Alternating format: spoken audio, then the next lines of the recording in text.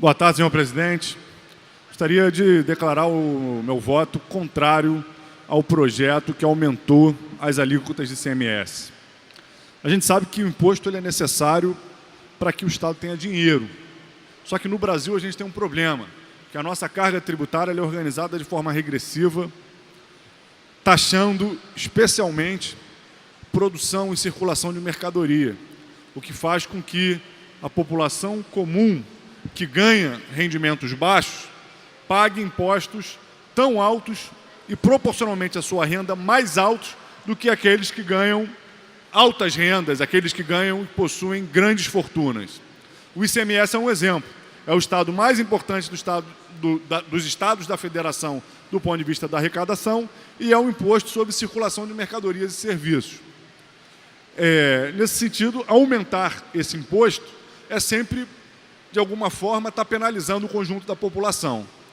A gente, na bancada do PSOL, fez uma discussão onde a gente ia se posicionar contra o projeto, mas, em havendo votação em separado, votaríamos a favor do aumento do imposto para a cerveja, para refrigerante e para o cigarro, caso fosse incluído. Eu mesmo fiz uma emenda individual, incluindo o cigarro entre os produtos que teriam o seu imposto majorado. Por quê?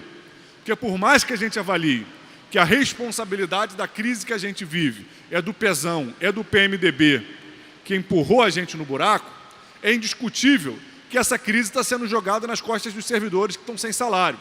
Então, um aumento de receita, desde que não penalizando a população diretamente, seria bem-vindo. Por isso a gente tem defendido a revisão dos benefícios fiscais, por isso votamos a favor do aumento do fundo especial, que recupera uma parte das isenções fiscais para poder gerar caixa do governo, por isso estamos aguardando a instalação da CPI dos subsídios, por isso estamos defendendo um grupo de trabalho para aumentar a capacidade do governo de fazer a cobrança da dívida ativa. Mas, com relação ao imposto, o ICMS para eletricidade, para gasolina, para comunicação, não dava para votar favorável, porque isso aumenta o custo de vida das pessoas, o custo de produção e empurra a economia cada vez mais num quadro recessivo. Algumas questões nessa votação chamam a atenção.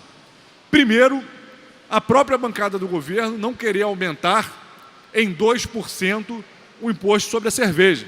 O álcool, como todo mundo sabe, é um dos produtos cujo consumo tem mais reflexos negativos na economia e na sociedade, estando por trás de episódios de violência, de acidentes de automóvel e acarretando também uma parte enorme dos custos de saúde. Chama a atenção que a base do governo não tenha aceitado aumentar em 2%, tem aumentado em 1% só. Ao que parece, a pressão das cervejarias aqui dentro, que aliás são grandes financiadoras de campanha, é muito grande, porque o governo, na penúria, taxando os servidores e a base fica com medo de aumentar o imposto sobre produtos alcoólicos. Por que o vinho paga um imposto muito mais alto que a cerveja? Então, isso é uma questão importante que merece destaque nessa votação. Assim como merece destaque também o que aconteceu com o comportamento da base do governo. Lá dentro, no Colégio de Líderes, a base do governo, em peso, fez um acordo de mudar a proposta do aumento da alíquota do ICMS, aceitando que os setores a serem taxados não seriam mais os pequenos consumidores, até 300 kW, seria daí para cima. Em troca, a oposição aceitou não pedir verificação de quórum. Só que quando chega aqui no plenário, a base do governo resolve mudar a posição do que tinha lá dentro. E se aproveitando que não teve verificação de quórum, praticamente a base inteira declarou também ser contra o projeto. O que isso mostra? Esse comportamento da base do governo, que lá dentro, às portas fechadas, diz uma coisa e aqui dentro diz outra. Que a pressão das ruas está fazendo efeito. A base do governo está esfacelada.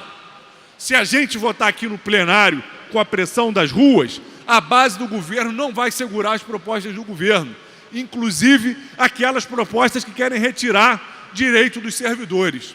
Eu diria que esse comportamento da base do governo, que a portas fechadas diz uma coisa e chega aqui no plenário diz outra, ajudou a mostrar o seguinte: o governo está nu.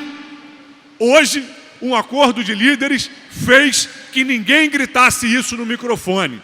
Mas na terça-feira, quando forem ser votadas as propostas dos servidores, não vai ter essa. O governo vai ter que mostrar a sua força. E como está nu, vai ser envergonhado e derrotado nesse microfone, para a felicidade da população do estado do Rio de Janeiro.